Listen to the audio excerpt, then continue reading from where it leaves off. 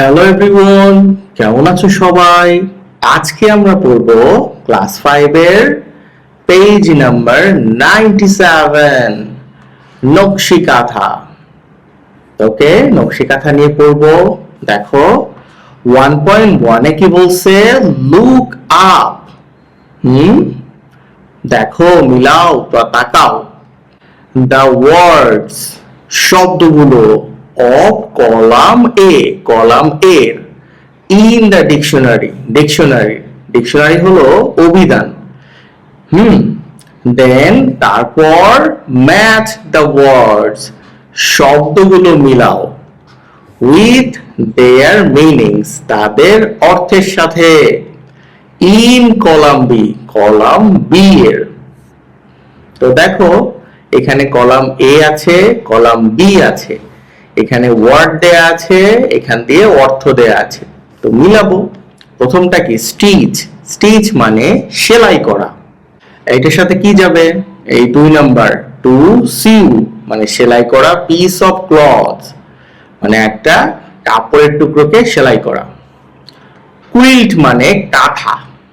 তো কুইল্টের সাথে তোমার যাবে কি? এ ওয়ার্ম ব্ল্যাঙ্কেট, একটা গরম কম্বল। মেড বাই সুইং, তৈরি করা হয়েছে কি? সেলাইয়ের মাধ্যমে।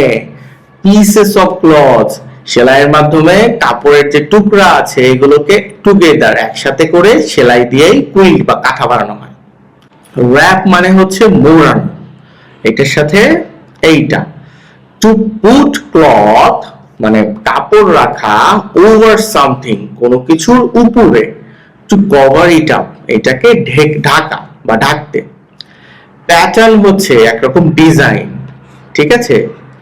এ ডিজাইন, একটা ডিজাইন দ্যাট রিপিটস, যেটা পুনরাবৃত্তি ঘটায়। কিসের? শেপ, কালারস, লাইনস, ইটিসি, যেটা তোমার আকৃতি, রং এবং লাইন এগুলোর কি করে? পুনরাবৃত্তি করে। এটাই হলো প্যাটার্ন। আর ট্র্যাডিশনাল সাথে কি?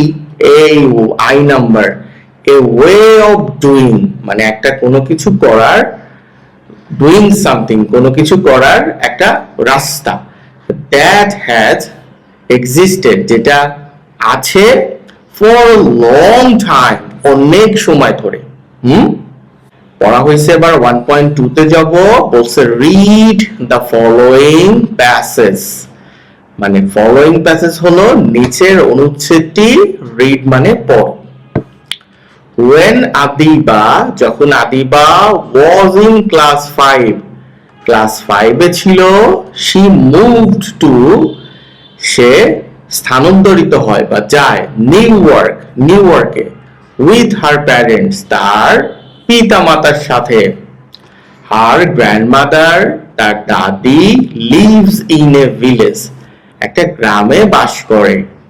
in বাংলাদেশ, বাংলাদেশের। she is very fond of, সে খুবই পছন্দ করে, her grandmother, তার দাদিকে। Adiba used to visit, Adiba তার ভ্রমণ করত কি? visit her, তাকে। her grandmother, তার দাদিকে ভ্রমণ করত once every year, বছরে একবার। last year, গত বছর, her grandmother, তার দাদি wanted, চাইছিল বা চাইলো বা চেয়েছিলেন, to give her, তাকে দিতে, something, কোনো কিছু, on her birthday, তার জন্মদিনে। so তাই she, সে। ওকে, এই পর্যন্তই ছিল ক্লাসটা। তোমার কেমন লাগছে অবশ্যই আমাকে লিখে জানাও। ভালো থেকো তুমি।